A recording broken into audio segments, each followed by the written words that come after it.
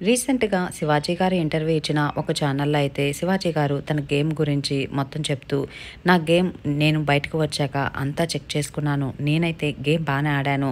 కానీ చివరి 2 వారాలు మాత్రం నన్ను బ్యాట్ చేయాలని, నన్ను ఒక విలన్‌గా చూపించాలని చాలా బాగా ట్రై చేశారు" అని చెప్పేసనగానే, ఇంకా అక్కడ ఉన్న రిపోర్టర్ వచ్చేసరికి, "అదే ఆ స్పా గ్రూపే కదా!" అని చెప్పేసనగానే, ఇక శివాజీ గారైతే, "లేదు లేదు అసలు వాళ్ళ పాపం వాళ్ళదేం కాదు.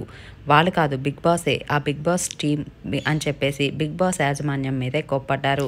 అక్కడ ఉన్న రిపోర్టర్ ఎందుకని అని చెప్పేసి అనగానే వాళ్ళు కావాలనే నా నుంచి నెగెటివ్‌గా ఫుటేజ్ ఇచ్చారు. అలాగే నాకు ఆ 2 వీక్స్ స్క్రీన్ స్పేస్ కూడా తక్కువిచ్చారు. ఎందుకు ఇలా చేశారు? నిజంగా నాకు ఆ విషయంలో చాలా కోపం వచ్చింది. కానీ అక్కడ అందరూ నాగార్జున గారిని అంటుంటారు. బాబుగారు తప్పే లేదు. బాబుగారిని ఒక మాట అన్నా కానీ నేను ఊరుకోలేను.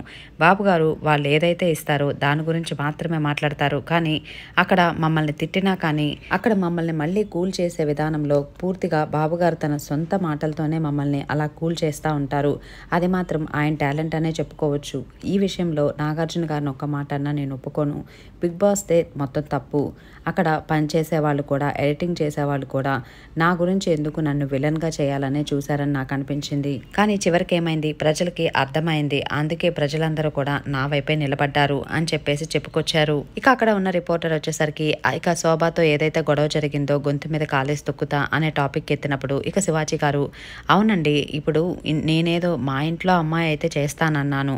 అందులో తప్పేముంది? ఇప్పుడు తండ్రి కొడుకుదే ఉంది. మార్క్స్ తక్కువ వస్తాయి. మార్క్స్ తెచ్చుకోకపోతే ఈసారి నేనేం చేస్తాను అని చెప్పేసి ఆ మాటలే కదా అనేది. క్యాజువల్‌గా ఒక పల్లెటూరు వాతావరణంలో ఎలాంటి మాటలైతే మాట్లాడుకుంటారో అదే కదా నేను మాట్లాడింది. దాన్ని ఎందుకు అంత తప్పుగా అంత హైలైట్ చేశారో నాకు అర్థం కాలేదు. అక్కడే నాకు వీళ్ళ గేమ్ ప్లాన్ నచ్చలేదు. నన్ను దానికోసం విలన్‌గా ఎందుకు చేశారో కూడా తెలియట్లేదు. కానీ జనాలు మాత్రం నన్ను అర్థం చేసుకొని అందరూ నా వైపే నిలబడ్డారు అని చెప్పేసి చెప్పుకొస్తారు. దీనిపై మీ ఒపీనియన్ ఏంటో కామెంట్ చేయండి. Thanks for watching.